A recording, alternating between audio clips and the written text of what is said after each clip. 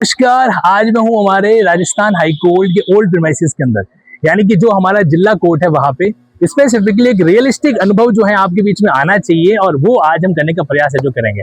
आइए जरा कनेक्ट करते हैं यहाँ पे ओल्ड जुबली चैम्बर के अंदर। ये हमारे सुनील जी हैं हमारे साथ साथ में, और हम लोग कनेक्ट करने वाले हैं यहाँ पे एक प्रैक्टिसिंग एडवोकेट से, ताकि क्या है कि जब कभी भी आप लोग थ्योरेटिकल किताबें पढ़ते हो ना, तो वो एक अनुभव होता है। अगर उसी अनुभव को प्रैक्टिकल एंगल से डील किया जाए तो क्या क्या चीजें सीखी जा सकती है, ऑब्जर्व की जा सकती है, वो हमें क्या करना है, डील है जो करना है। तो सुनील जी मुझे रास्ता दिखाने वाले हैं हमारे लक्ष्य की ओर। देखो ये कोर्ट प्रीमाइसेस का माहौल रहता है, मतलब दिन भर जो है कंप्यूटर की स्क्रीन कामकाज, यहाँ पर आप फोकस कीजिए। देखिए ये Rajasthan high court advocate association जो है ओल्ड ओपन एज चैम्बर्स, और यहाँ पे ओल्ड जुबली बिल्डिंग है, राइट? Yes please. देखो जोधपुर के अंदर एक है जुबली चैम्बर, अब इसको अपन ओल्ड जुबली चैम्बर बोलते हैं, और एक फिर है न्यू जुबली चैम्बर। तो ओल्ड जुबली चैम्बर के अंदर जितने भी हमारे अधिवक्ता लर्नेड एडवोकेट्स हैं उनके अलग अलग प्रीमाइसेस है जो बने हुए हैं, और यहाँ पर सीधा कनेक्ट करते हैं। हर चैम्बर का एक नंबर अलॉटमेंट हो रखा है यहाँ पे, जैसे नागौरी जी सर है यहाँ पे, मोहनलाल जी हैं, और इसी तरीके से वरुण गुप्ता जी। तो देखो ये भी एक बड़ा फील गुड वाली चीज होती है कि जब हम चैम्बर में बैठ के अपने किसी भी काम को अंजाम जो देते हैं। अब यहाँ पर ना ज्यादा लग्जरी चीजों की एक्सपेक्टेशन मत रखिएगा। यहाँ पे सिर्फ हमें क्या मिलता है, वर्क प्लेस है जो मिलता है कि काम के दौरान क्या क्या चीजें होनी चाहिए। तो बेसिकली सीधा आ जाते हैं हमारे आज के हमारे जो स्पेशल गेस्ट है, वो है डॉक्टर जावेद जी मोयल सर। आप पिछले कई सालों से इस फील्ड के अंदर जो हैं लीगल प्रैक्टिस के सेगमेंट को लेकर, या फिर जो स्टूडेंट होते हैं उनको लॉ सिखाने के पॉइंट ऑफ व्यू से, लीगल अवेयरनेस के पॉइंट ऑफ व्यू से हमेशा आगे जो रहते हैं। तो स्पेसिफिकली आप देख पा रहे हैं बीएससी, एलएलएम, एमए, डीसीएलएल, साथ साथ में पीएचडी, नेट लॉ, मतलब पूरी डिग्रियां जो है सर ने एक तरीके से क्या फुलफिल है जो कर रखी है। हिमांशु जी, ओके। तो अधिवक्ता साहब आज एक स्पेशल सेशन हो रहा है ना, और इसको हम रिकॉर्ड करते हैं हमारे शुभ नाम के हिमांशु जी ना, ओके देख लीजिए। अधिवक्ता की पहचान आपको हो ही जाएगी, है ना। तो अंदर चलते हैं यहाँ पे, और हमारे बीच में है हमारे डॉक्टर जावेद सर, प्लीज। सादर प्रणाम सर। ये मेरे लिए सौभाग्य की बात है कि आपसे एक बार फिर ज्ञान की प्राप्ति करने के लिए उपस्थित हूँ। Welcome, most welcome. एनडीपीएस करके जो मैटर होते हैं, यानी कि जितने भी नार्कोटिक ड्रग्स या साइकोटिक सब्सटेंस के जो केसेस होते हैं जो स्पेशल कोर्ट के द्वारा डील किए जाते हैं, जो एक यंग वकील का सबसे अहम पार्ट होता है कि बेल के मैटर्स में हमें क्लाइंट से फीस कितनी लेनी चाहिए। बिल्कुल। तो सर उनमें युवा अधिवक्ता को एडवोकेसी के पॉइंट ऑफ व्यू से एंट्री करनी चाहिए कि नहीं करनी चाहिए, एक सबसे पहला ये सवाल। बिल्कुल सही सवाल है आपका कि जब हमारे सामने क्लाइंट, ऑब्वियस बात है जिस व्यक्ति को पुलिस ने अरेस्ट किया वो तो आ नहीं पाएगा, उसका कोई ब्रदर रिलेटिव वो हमारे सामने जो आता है, तो हमें ये देखना पड़ता है कि स्टेज कौन सा, अभी जस्ट खाली एफआईआर की कॉपी है उसके पास में, या फिर इन्वेस्टिगेशन पूरा हो चुका है, चालान पेश होगा फिर हमारे सामने आया। फेवरेबल ये रहता है कि अगर चालान पेश हो गया फिर हमारे सामने आया तो हमारे पास में दलीलें देने के लिए बहुत कुछ है। और अदरवाइज जो है कि पुलिस का रोल, जैसे आपने सेक्शन का जिक्र किया कई सारे, तो पुलिस ने किस तरीके से उसको डील किया, कैसे उसका सर्च कंडक्ट किया, कौन से पुलिस अधिकारी थे, वाहन कौन सा था, प्राइवेट था, पब्लिक था, है ना, कॉन्शियस था कि वो नहीं था, ये सारे पॉइंट जो है हमें डील करने होते हैं। अच्छा सर, अब जो रिलेटिव हमारे पास में आया है वो खुद तो अपराध में इन्वॉल्व था नहीं, उसका तो भाई वगैरह जो भी वो पकड़ा गया, तो ऐसे केस में उस रिलेटिव को भी इतनी जानकारी नहीं है जितनी हम चाहते हैं उससे। तो उस केस में क्या बीइंग एडवोकेट सर हमें उस एक्यूज से मिलने के लिए पुलिस लॉकअप में, या अगर उसको जुडिशियल कस्टडी में, तो वहां पे जाना चाहिए सर? देखिए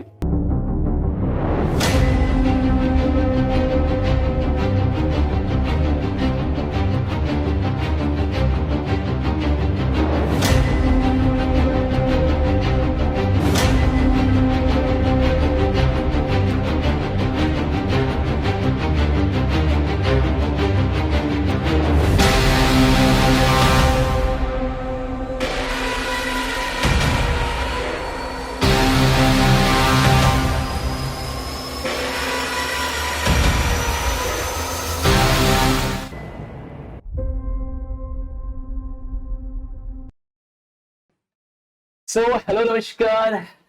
आज ये जो मोमेंटम आप लोग महसूस करने वाले ना, ये आप लोगों के लिए एकदम रियल टाइम प्रैक्टिस के सेगमेंट को क्या करने वाला है, डील करने वाला। ये मेरा सौभाग्य है कि मैं डॉक्टर जावेद सर के पास में बैठ के जो है आप लोगों के लिए और खुद के लिए भी जो है कानून के फील्ड को एक और कदम आगे पर कैसे बढ़ा सकते हैं उसके बारे में ऑब्जर्व करने वाले, सीखने वाले हैं। और आज का जो टॉपिक है वो हमारा बहुत ही बेहतरीन रहेगा प्रैक्टिस के पॉइंट ऑफ व्यू से। सबसे पहले तो सर सादर प्रणाम और थैंक यू सो मच कि आपने मुझे समय दिया। इस बेहतरीन सेशन को हम लोग क्या कैसे प्लान है जो कर सकें। आपने भी मुझे अच्छा अवसर दिया, आप लोगों से भी मिलने का सौभाग्य मिला, और तनसुख जी ये मुझे सौभाग्य बार बार दे रहे हैं और बार बार देते रहें, ऐसी शुभकामनाएं मुझे आपसे। मैं आप सभी को बताना चाहता हूँ कि न जाने कितने साल हो गए सर, अराउंड 20+ ईयर्स का प्रैक्टिसिंग एक सेगमेंट यात्रा रहेगी ना, 24 ईयर्स। 24 ईयर्स, मतलब अगले साल जो है सिल्वर जुबली होने वाली है। हम लोग जुबली चैम्बर में बैठे हैं, अगले साल सिल्वर जुबली को प्लान करेंगे। बिल्कुल। तो एक 24 से 25 सालों का जो सफर है सर का, वो इसी फील्ड के अंदर रहा हुआ है। और सर ने हाई कोर्ट, सेशन कोर्ट और कई मामलों के अंदर जो है बाहर other Bombay high court, Gujarat high court और अदर कोर्ट्स में भी मैं रहता हूँ।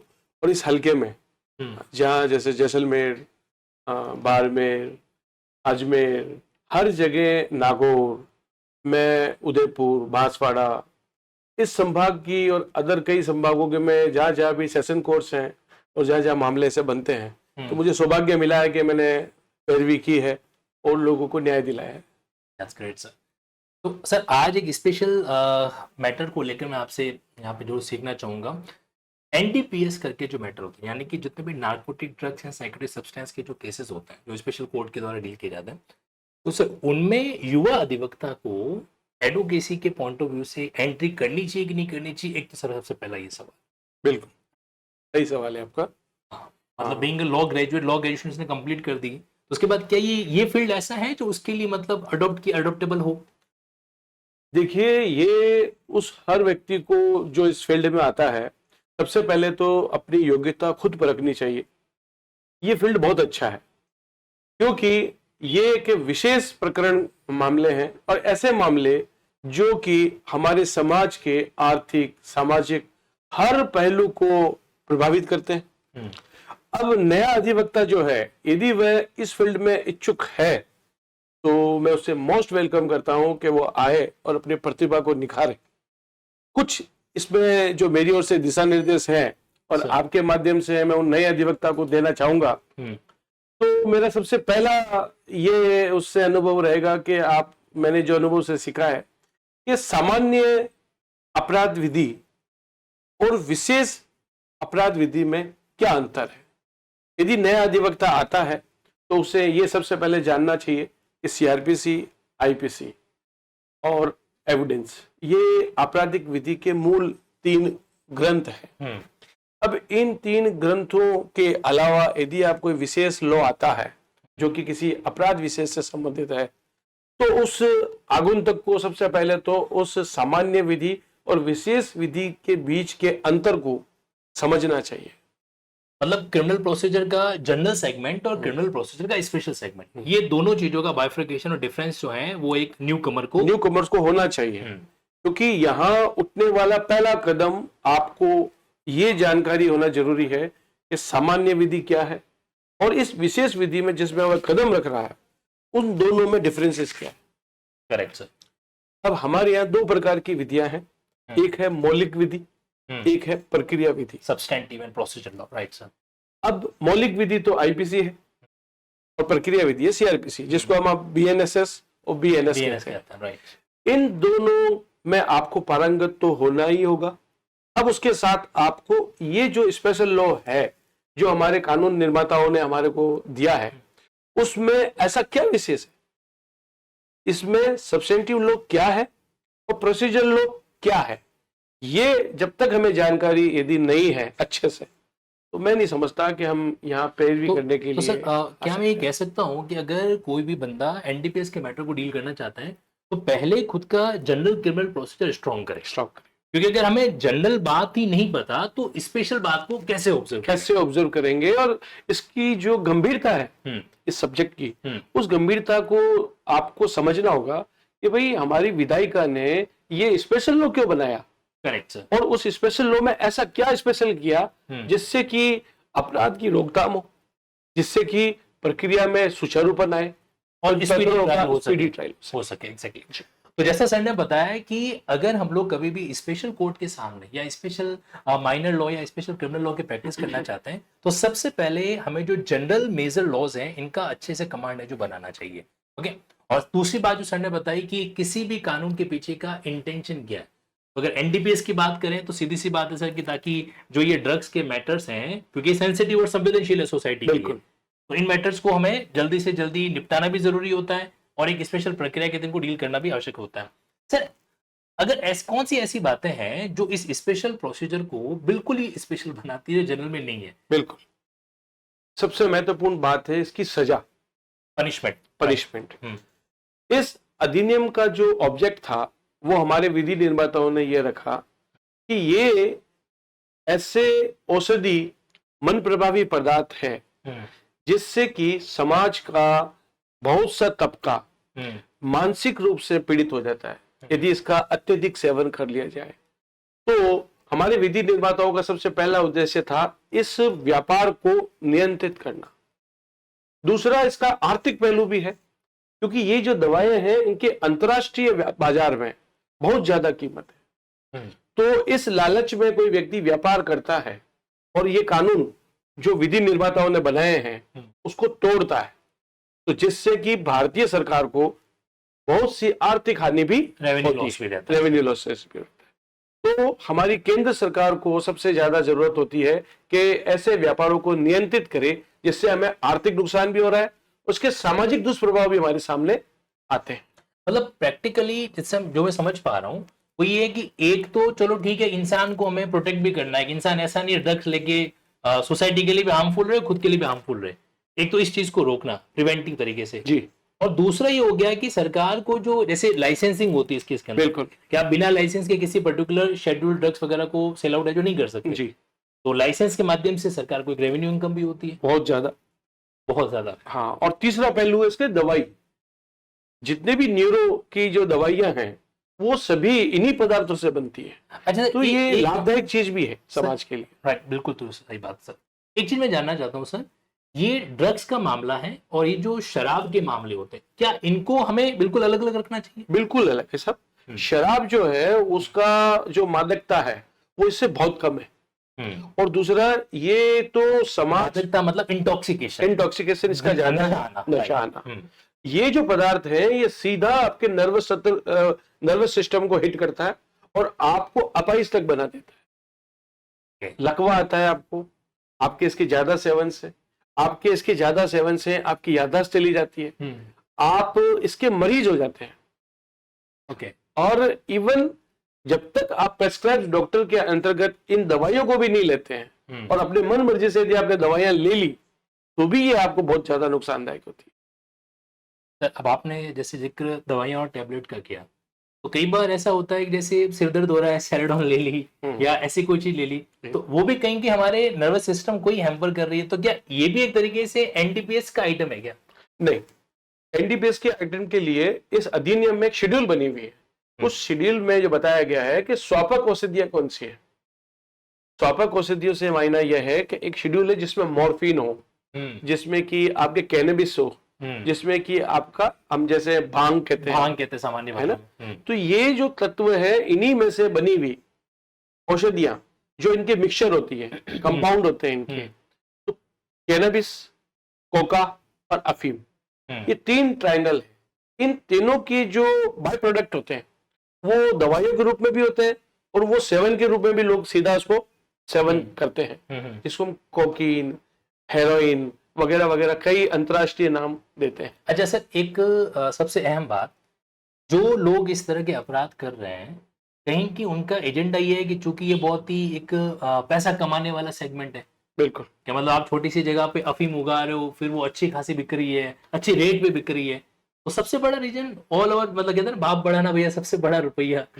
इसके पीछे सबसे ज्यादा इंपॉर्टेंट है इसकी अंतर्राष्ट्रीय जो कीमत है वो बहुत ज्यादा है, क्योंकि यहाँ से इंडिया से निर्यात होता है, एक्सपोर्ट किया जाता है। ये जो देशेज हैं, जो खाड़ी देश हैं या यूरोपियन देश हैं, ये जो है ये अफीम वगैरह जो होती है, कोका, कैनाबिस, ये सेंट्रल एशिया के अंदर ऐसी उपजाऊ जमीन है, इन जमीन में होता है। ये स्थान विशेष की फसल है। ये फसल हमारे यहाँ अंग्रेजों के जमाने से पहले से थी, और फिर जब इसका व्यापार होता था तो राजे महाराजे, बड़े धनी लोग इसको अपने अय्याशी के रूप में इस्तेमाल करते थे, शक्तिवर्धक रूप में इस्तेमाल करते थे। जो योद्धा होते थे वो उसको अपना शक्ति का जरिया मानते थे। लेकिन इसका फिर धीरे धीरे दुरुपयोग स्टार्ट, और फिर जो इससे दवाइयां बनने लगी तो उससे इसकी जो है अंतरराष्ट्रीय जो कीमतें बढ़ने लगी। तो सरकार ने फिर इसको क्या किया, नियंत्रित करने के लिए इस पर कानून लिया है, इसको कड़ी निगरानी में रखा गया। और इसमें क्या होता है कि बेरोजगारी ज्यादा है हमारे देश में, तो बेरोजगार व्यक्ति जो है कम समय में, कम लागत में अत्यधिक मुनाफा कमाना चाहता है, तो उससे क्या होता है कि ये एक चेन होती है। और दूसरी बात, सबसे बड़ी बात है लत। ये व्यसनी, ये कहते हैं कि किसी व्यक्ति को इसकी आदत पड़ जाए तो वो व्यक्ति अपराध करके भी इसको प्राप्त करने की कोशिश का प्रयास करेगा। तो एक तरीके से समाज में जो है एक प्रकार का एक अपराध का एक चेन इससे स्टार्ट हो जाती है। इसको प्राप्त करने के लिए अपराध किया जाता है, इसको प्राप्त अवेलेबल करवाने के लिए, उपलब्ध करवाने के लिए भी अपराध किया जाता है।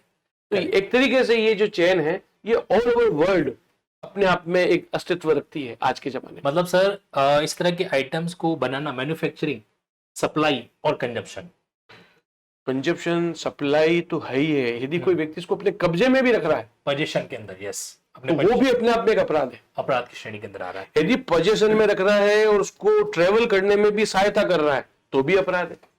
एक स्थान से दूसरे स्थान ले जाने में उसने अपना व्हीकल यूज किया है, स्वयं को यूज किया है, तो भी ये अपराध है। आप यदि इसको ट्रेवल भी करते हैं तो आपको कोर्ट से लाइसेंस लेना पड़ेगा, सरकार से लाइसेंस लेना पड़ेगा।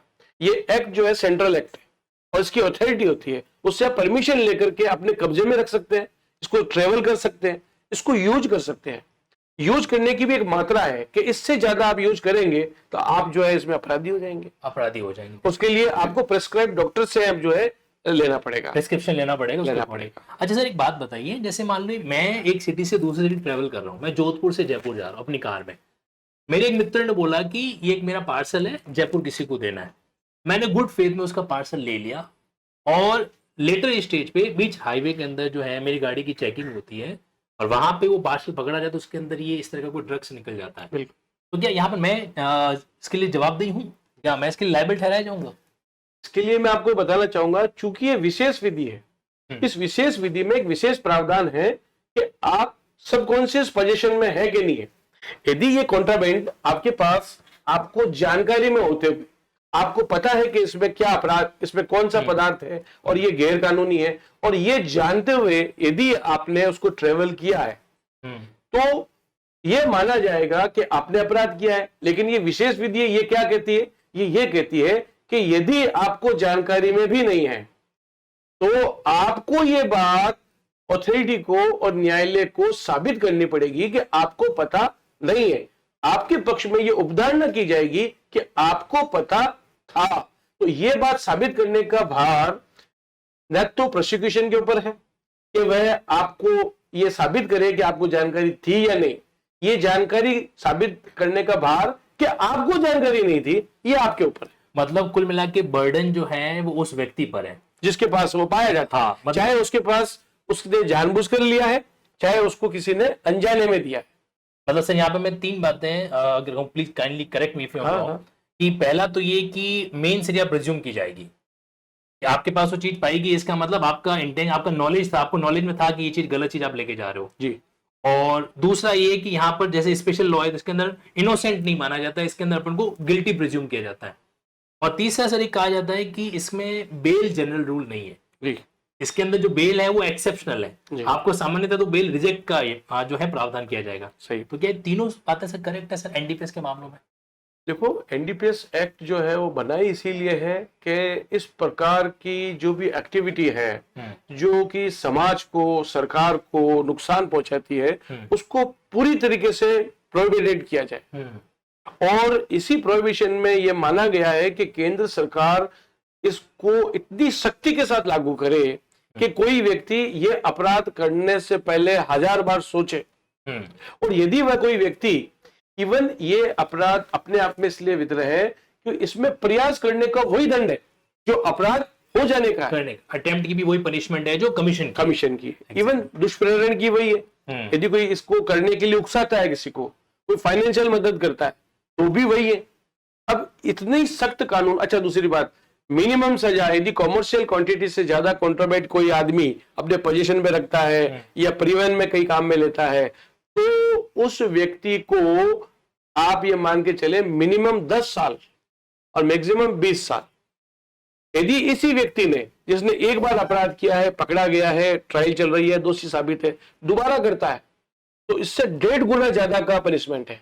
और यही अपराध यदि किसी बच्चों को, नाबालिग बच्चों को या अंतरराष्ट्रीय व्यापार में कहीं करता है और ये गंभीर अपराध की श्रेणी में आता है, इवन फांसी की सजा भी इसमें, यदि आप बार बार यही अपराध करते हो और जिससे समाज पर दुष्प्रभाव पड़ता है। मतलब बहुत ही इसको सीवियर कॉन्टेक्स्ट में माना गया। अच्छा, अब इसके प्रैक्टिस पॉइंट पे मैं जानकारी चाहूंगा। जो एडवोकेट मान लीजिए कोई बेल का मैटर ले लेता है कि एनडीपीएस के अंदर कोई व्यक्ति पकड़ा गया, स्वाभाविक चीज है कि प्रोसिक्यूशन तो सरकारी डील करेगी, तो एक प्रैक्टिसिंग एडवोकेट के पास में तो एक्यूज ही आएगा जो कहेगा खुद को डिफेंड करने के लिए।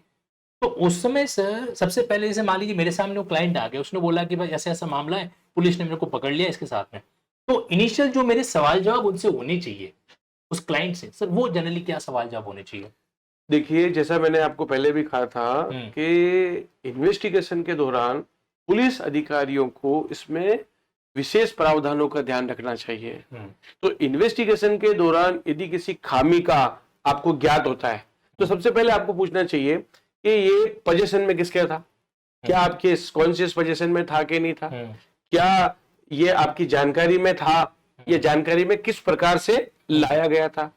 दूसरी चीज, आपकी जो तलाशी ली गई थी वो किस रेंज के अधिकारी ने ली थी। इसमें क्या है, सेक्शन 42 जो बहुत इंपॉर्टेंट है, जो ये बताता है कि कौन व्यक्ति आपके घर में प्रवेश करके आपकी तलाशी ले सकता है।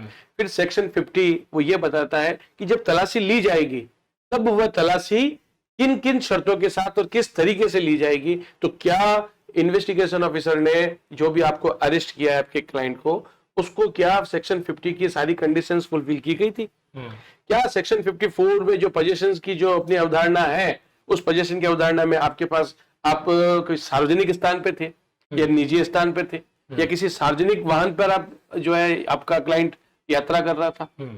इन सब के अलावा माननीय उच्चतम न्यायालय ने एक बहुत अच्छा केस है, union of India versus Mohammad Nawaz Khan, उसमें कई दिशा निर्देश दिए गए थे कि एनडीपीएस जो एक विशेष अधिनियम है, अनुसंधान अधिकारी यदि उन विशेष प्रावधानों का ध्यान रखे बगैर आपको अरेस्ट कर लेता है उस प्रकरण में, तब आपको जो है इन बातों का ध्यान रखते हुए आपको जमानत की याचिका लगानी चाहिए। अब याचिका लगाने से पहले आपको क्या देखना चाहिए?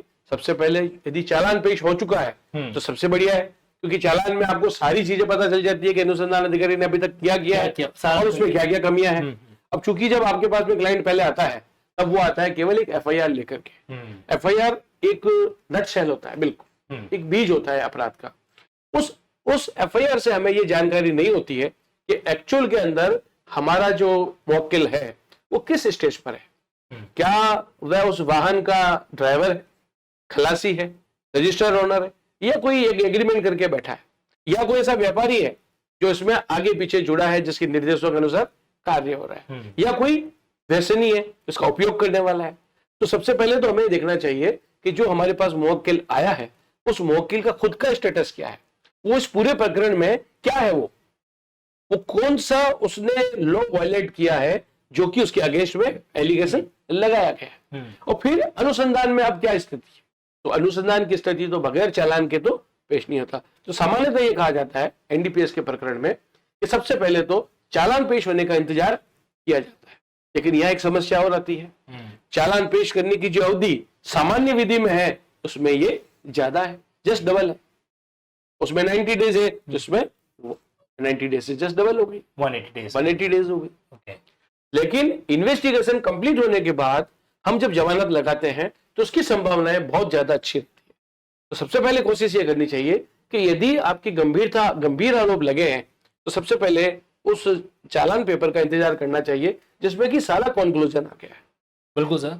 सर आपकी बात जितना मैं समझ पाया वो ये है कि जब हमारे सामने क्लाइंट, ऑब्वियस सी बात है, जिस व्यक्ति को पुलिस ने अरेस्ट किया वो तो आ नहीं पाएगा, उसका कोई ब्रदर रिलेटिव वो हमारे सामने जो आता है, तो हमें ये देखना पड़ता है कि स्टेज कौन सा, अभी जस्ट खाली एफआईआर की कॉपी है उसके पास में, या फिर इन्वेस्टिगेशन पूरा हो चुका है, चालान पेश होगा फिर हमारे सामने आया। फेवरेबल ये रहता है कि अगर चालान पेश हो गया फिर हमारे सामने आया तो हमारे पास में दलीलें देने के लिए बहुत कुछ है। बहुत कुछ है। और अदरवाइज जो है कि पुलिस का रोल, जैसे आपने सेक्शन का जिक्र किया कई सारे, तो पुलिस ने किस तरीके से उसको डील किया, कैसे उसका सर्च कंडक्ट किया, कौन से पुलिस अधिकारी थे, वाहन कौन सा था, प्राइवेट था, पब्लिक था, है ना, कॉन्शियस था कि वो नहीं था, ये सारे पॉइंट जो है हमें डील करने होते हैं। अच्छा सर, अब जो रिलेटिव हमारे पास में आया है वो खुद तो अपराध में इन्वॉल्व था नहीं, उसका तो भाई वगैरह जो भी वो पकड़ा गया, तो ऐसे केस में उस रिलेटिव को भी इतनी जानकारी नहीं है जितनी हम चाहते हैं उससे, तो उस केस में क्या बीइंग एडवोकेट सर हमें उस एक्यूज से मिलने के लिए पुलिस लॉकअप में, या अगर उसको जुडिशियल कस्टडी में, तो वहां पे जाना चाहिए सर? देखिए, हर एक्यूज्ड को अपना डिफेंस करने का कॉन्स्टिट्यूशनल राइट है। भारत का संविधान एक ही बात पर टिका है, जब तक कोई आरोप साबित नहीं हो वह दोषी नहीं है। दोषी नहीं है। तो जब तक वह दोषी नहीं है तो उसको वो सारे प्रतिरक्षा के अधिकार है जो उसको भारत का संविधान देता है। जब कोई व्यक्ति आपको अपना अधिवक्ता नियुक्त करता है तब आप एक विशेष कैटेगरी में आ जाते हो। आप उस व्यक्ति को प्रोटेक्ट कर रहे हो जिसके संवैधानिक अधिकारों को भी प्रोटेक्ट कर रहे हो। और ये जो विशेष अधिनियम है, इस अधिनियम के तहत भी आपको कई राइट्स मिल जाते हैं। आपको भारतीय साक्ष्य अधिनियम भी ये विशेष सूचना, विशेष अधिकार देती है कि आप उससे वह सब बातें पूछ सकते हो जो किसी आरोप की संलिप्तता में है, और आपको मजबूर नहीं किया जाएगा कि आप पुलिस को भी वो बताएं, क्योंकि आपको ये डिवाइन अधिकार मिला है। तो सबसे पहले तो ये देखना चाहिए कि ये जो अपना क्लाइंट है, उस क्लाइंट के पहले तो कोई अपराध नहीं है, तो नहीं। हाँ, सबसे पहले ये देखने चाहिए कि यदि वो पहले से ही लिप्त है, इसका मतलब है वो आदतन है। सबसे पहले ये भी हमें देखना चाहिए। फिर ये देखना चाहिए कि कितनी मात्रा के अंदर जो है आरोप लगा है, क्योंकि ये जो अधिनियम है, विशेष अधिनियम, ये 3 कैटेगरी में चला जाता है। एक बिलो कॉमर्शियल, एक तो बिल्कुल स्मॉल क्वांटिटी, एक बिलो कॉमर्शियल, एक अबव कॉमर्शियल। ये 3 धड़ों में ये पूरा प्रकरण आता है। यदि स्मॉल क्वांटिटी है घबराने की आवश्यकता नहीं है, ना चालान का इंतजार करने की भी आवश्यकता नहीं है। बिल्कुल अप्लाई करिए, जो भी आपका इन्वेस्टिगेशन है वो सामने आ जाएगा। अच्छा, क्वांटिटी की डिटेल तो एफआईआर में आ जाती है। क्वांटिटी डिटेल बिल्कुल एफआईआर में आ जाती है, तो उससे हम लगभग ये तय कर लेते हैं कि इसकी बेल हमें चालान पेश होने से पहले लगानी चाहिए या चालान होने के बाद में। तो ये क्राइटेरिया हमारे सामने पहले आ जाता है, क्वांटिटी के पॉइंट ऑफ व्यू से, क्वांटिटी पॉइंट से आ जाता है।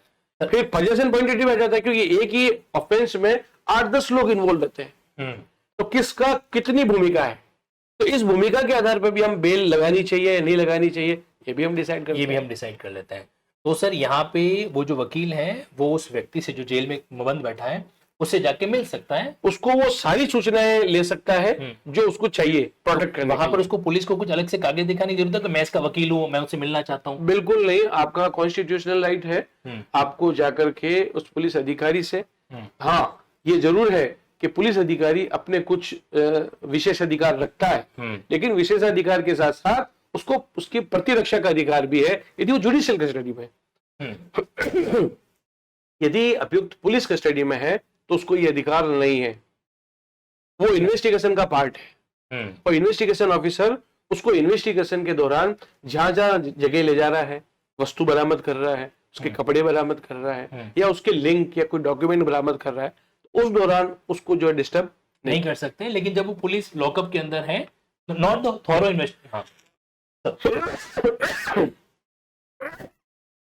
इन्वेस्टिगेशन एक बंद कर दे, पानी पीना चाहता, प्लीज सर। तो यहाँ पर सर जो है ना, हमें बिल्कुल प्रैक्टिकल बारीकियां बता रहे हैं कि जब पुलिस इन्वेस्टिगेशन कर रही है तो हम पुलिस के इन्वेस्टिगेशन करने के राइट को जो है डिस्टर्ब नहीं कर सकते। हमें वहां पर इस बात का जरूर ध्यान रखना है कि पुलिस की जो कार्यशैली वो प्रभावित नहीं होनी चाहिए। सबसे ज्यादा जरूरी है कि हमारा जो एक्यूज्ड है वो पुलिस कस्टडी में है या जुडिशियल कस्टडी में, ये 2 तरीके की कस्टडी है। यदि वह न्यायिक अभिरक्षा में है, इसका मतलब है वो सेंट्रल जेल में है, किसी जेल में है, और इन्वेस्टिगेशन का पार्ट कंप्लीट हो चुका है। अब हमारे यहाँ दो राइट है। यदि वो सिंपल लॉकअप में भी है तो भी उससे अपने अधिवक्ता से मिलना, क्योंकि अरेस्ट करने से पहले जो नॉर्म्स हैं उस नॉर्म्स में यह भी इंपॉर्टेंट है कि वह अपने अधिवक्ता से संपर्क करे और अपने अधिवक्ता को नियुक्त करे। तो इन्वेस्टिगेशन के दौरान ही उसको अपने अधिवक्ता को नियुक्त करने का संवैधानिक अधिकार है, अपने अधिवक्ता से मिल सकता है और उस दौरान उसके साथ जो जो बातें हैं वो कर सकता है, अपनी मेडिकल करवा सकता है, उसका अधिवक्ता उसकी मेडिकल के लिए एप्लीकेशन लगा सकता है, जो भी इन्वेस्टिगेशन ऑफिसर, खासकर कंजम्पशन के केसेस के बिल्कुल जरूरी है, क्योंकि उससे तो ही उसी से तो पता चलेगी कि उसने कंज्यूम भी कर रखा है कि नहीं कर रखा है, और उसको ऑब्जेक्शन है तो वो उसके फर्दर जांच भी करवा सकता है। Very true sir. ये बहुत इंपॉर्टेंट है कि अधिवक्ता की भूमिका थाने में भी है, एनसीबी में यदि प्रकरण है उस वक्त भी है। अच्छा, सबसे इंपॉर्टेंट जो चीज है जो इस एक्ट के अंदर है, जो मैंने सीखी थी, इसको कहते हैं डिफर करना। यदि उससे कोई बयान ले लिए गए हैं और उससे रिकॉर्ड करवा लिया गया है कि साहब ये इसके साथ पाई गई है, या जो उसके साथ पुलिस ने जबरदस्ती करी या मारपीट करी या कुछ खाली कागजों पे उससे साइन करवा लिए हैं, तो उस वक्त उस अधिवक्ता को भी ये पावर है कि वह कंसर्न कोर्ट में जाकर के ये एप्लीकेशन लगाए कि वह अपनी इस बात से डिफर करता है, डिनाई करता है। ये राइट भी उसको है। ओके सर, कई बार ऐसा होता है कि पुलिस जब किसी गाड़ी से कुछ माल जब्त करती है तो कई बार वो कुछ कोरे कागजों पे साइन करवा देती है, ऐसा जनरली सुनने में आया है कि कई बार ऐसा हो जाता है, एक्सेप्शनली होता होगा। तो ऐसे केसेस में आपने जो बात बताई है, बकायदा एप्लीकेशन के साथ हम कोर्ट में कह सकते हैं कि भाई इस तरीके से कोरे कागज पे साइन कराए गए। यदि उसके साथ ऐसा किया गया है तो ये उसको राइट है कि वह कंसर्न कोर्ट को ये बताए कि उसके साथ ऐसा हुआ है, कब हुआ है। तो ये जो बात है ड्यूरिंग ए ट्रायल उसके काम आएगी। अब ये सबूत का भार जो है इन्वेस्टिगेशन ऑफिसर प्रोसिक्यूशन पे जाएगा कि ऐसा नहीं हुआ है, और जनरली ऐसे केसेस में ऐसा होता है। उसके साथ मारपीट की जाती है, उसके साथ उसको नशा भी दिया जाता है, या वो किस कंडीशन में होता है, जब वो हस्ताक्षर कर रहा होता है, जब वह अपनी तलाशी ले रहा होता है, या कोई बात आपको बता रहा होता है। तो ये केसेज स्पेशल इसीलिए है कि यहाँ उसको अपना ओपिनियन, अपनी बात रखने का अधिकार है। Correct sir. तो जैसा सर ने बताया कि कहीं न कहीं हमको इन्वेस्टिगेशन की स्टेज देखनी है, उसके अकॉर्डिंग बेल अप्लाई करनी है। अगर इन्वेस्टिगेशन चल रहा है तो एकमात्र जो आपके पास ऑफिशियल डॉक्यूमेंट है वो एफआईआर की कॉपी, उसमें आपको क्वांटिटी वगैरह तो मिल जाएगी, और बाकी की बातों की जानकारी लेने के लिए हमें उस क्लाइंट से पुलिस लॉकअप में या सेंट्रल जेल में जाके मिलना चाहिए, ताकि कुछ और भी पर्सनल फैक्ट है वो हमको पता चल सके। दो बातें हैं, जैसे आपका क्लाइंट डॉक्टर है, ओके है ना, प्रोफेशनल है, या ऐसा व्यापारी है कि जिसके पास लाइसेंस है। यदि आपको पकड़ा गया, आपके क्लाइंट को पकड़ा गया है और आपके क्लाइंट के पास लाइसेंस है, तो आप तुरंत लाइसेंस पेश करिए। यदि लाइसेंस आपने पेश कर दिया तो ऑफेंस ही मेड आउट नहीं हुआ। या आपको लाइसेंस कम मात्रा का है, आपके पास ज्यादा मात्रा पकड़ी गई है, तो आप उसका स्पष्टीकरण करिए जाकर के, और बेल इस आधार पे भी लगाई जा सकती है कि साहब मैं इसका लाइसेंस शुदा व्यापारी हूं, स्थान विशेष पर मुझे ये व्यापार करने की अनुमति है, और मैंने इसमें वायलेशन तो तब किया जब मेरे पास लाइसेंस होता ही नहीं। अब मेरे पास लाइसेंस है और उसमें मैंने कुछ अनियमितताएं कर ली, तो वो ऑफेंस अलग कैटेगरी का ऑफेंस हो जाएगा। ओके, ऑफेंस की गंभीरता देखी जाएगी बेल पेश करने से पहले। यदि गंभीरतम अपराध या गंभीर अपराध है तो एक अलग बात है, लेकिन अपराध मेड आउट ही नहीं होता और पुलिस ने उसको गलत फंसा लिया है, और आपके पास प्रूफ है कि आपके पास लाइसेंस था और पुलिस ने फिर भी आपको अरेस्ट कर लिया, आपको लाइसेंस बताने का मौका ही नहीं दिया।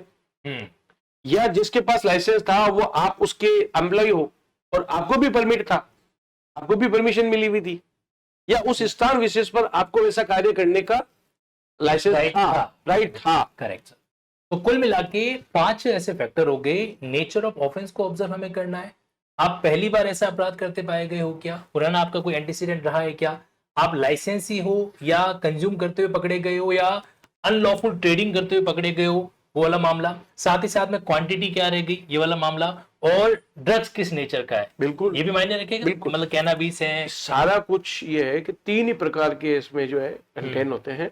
एक तो होता है कैनाबिस, एक होता है कोका, एक होता है अफीम, और एक शेड्यूल है। ये जो दवाइयां हैं जिसकी शेड्यूल इस एक्ट में दे रखी है, जो कि आपके नर्वस तंत्र को हिट करती है, उन सारी दवाइयां जो कि सूचीबद्ध है, उनके अलावा आप किसी भी प्रकार के कोई भी दवाई या किसी भी प्रकार का डंकल या कोई ऐसी चीज काम में लेते हो तो आपने ये अपराध नहीं किया है। नहीं किया। अच्छा, अब अपराध किया है तो उस पे बहुत ही अच्छे 2 जजमेंट है माननीय उच्चतम न्यायालय के। एक तो है ई माइकल राज वर्सेस भारत संघ। इस प्रकरण में ये बताया गया था कि आपके पास यदि कोई पदार्थ है, वन प्रभावी पदार्थ है, उसका किसी शीशी में पाया गया है, दवाई में पाया गया है, तो उसमें कंटेंट कितना प्रतिशत है, यदि जितना प्रतिशत है वो उतना प्रतिशत ही उसमें काउंट किया जाएगा। लेकिन एक हीरा सिंह बनाम पंजाब राज्य ये जजमेंट है, इस जजमेंट में जो है वो आया, sorry Hira Singh versus NCBS आया, है ना, उसमें ये जजमेंट में पाया गया कि यदि आपका डाइल्यूटेड फॉर्म में है दवाई और वो पूरी शीशी यदि 50 ग्राम की है और आपने भले उसमें 2% या 5% भी ये क्यों ना हो हशीश या अफीम, तो भी वह माना जाएगा कि वो 50 ml की ही शीशी जो है पूरा का पूरा कॉन्ट्राबैंड है। तो अब काउंटिंग की जाती है, क्योंकि मैंने बताया था कि सारा खेल जो है काउंटिंग का है। Correct. सबसे पहले तो है स्मॉल क्वांटिटी, दूसरी है स्मॉल क्वांटिटी से तो ज्यादा पर कॉमर्शियल क्वांटिटी से कम, और कॉमर्शियल क्वांटिटी से ज्यादा तो फिर तो अपराध है ही है। तो ये जो सजा जो है वो इन 3 मात्राओं के आधार पर दी जाती है। Correct sir. अच्छा काम करके दिया, उसके मन माफिक काम करके दिया, तो वह फीस आपकी झोली में आ जाएगी। ओवरऑल आज के इस पार्ट 1 के अंदर हम लोगों ने ये ऑब्जर्व किया कि एनडीपीएस के मैटर में जब कभी कोई भी एक्यूज अरेस्ट किया जाता है तो उसका या उसके रिलेटिव के जब आपको अप्रोच किया जाता है तो आपको किन किन बातों का ध्यान रखना है। सर के साथ हम एक पार्ट और रिकॉर्ड करेंगे कि ट्रायल के दौरान, ये तो रहा बेल के मैटर को लेकर हम किस तरीके से डील करें, ट्रायल के दौरान जो है वो सेगमेंट किस तरीके से डील किया जाए, एक बीइंग एन एडवोकेट हमें उसको कैसे डील करना है। तो पार्ट 2 का इंतजार कीजिएगा जिसके अंदर हम लोग ड्यूरिंग ट्रायल किन किन चीजों को हमें ध्यान रखना है being the advocate of that particular accuse under NDPS act. Thank you so much sir. बिल्कुल सर, धन्यवाद आपको भी बहुत बहुत। Thank you sir. और एक्चुअल में जो ट्रायल का जो वकील होता है ना सर, वो हर एक उस पहलू से वाकिफ होता है जो इस प्रकरण की गंभीरता होती है। ट्रायल के वकील को सबसे ज्यादा तो जो चीज प्रोसिक्यूशन साबित करना चाहता है हमें उसे ना साबित करनी होती है। और सर की यही पूरी चीज डिटेल के अंदर आपको पार्ट 2 में मिलने वाली है। Stay connected. एविडेंस का भी, उसको एविडेंस लॉ का भी ध्यान रखना पड़ेगा। बिल्कुल। और उसको जो है अपने जो डिफेंस में जो अब गवाही लाएगा, क्योंकि होता क्या है कि इसमें हम एक प्रेजम्पशन से लड़ते हैं। प्रेजम्प ये करेगी कोर्ट कि आपने अपराध किया है, और प्रोसिक्यूशन जो कह रहा है वो सच बोल रहा है। बिल्कुल। आपको यहाँ जो है एक कहावत है कि जब तक आपका मामला डाउट से परे ना हो तब तक आपको सजा नहीं देगी। इसमें ऐसा नहीं है। Beyond reasonable doubt, beyond reasonable doubt का जो कंसेप्ट है, जो कॉमन जैसे हमारे सामान्य विधि में है, यहाँ नहीं है, यहाँ पर नहीं एप्लीकेबल होता है। तो बने रहिएगा पार्ट 2 पे, और अकॉर्डिंगली हम देखेंगे कि ट्रायल के दौरान एक एडवोकेट की भूमिका कैसे रहती है। और ये एपिसोड आपको कैसा लगा कमेंट बॉक्स में जरूर बताइएगा। Thank you so much. धन्यवाद आपको भी बहुत बहुत धन्यवाद।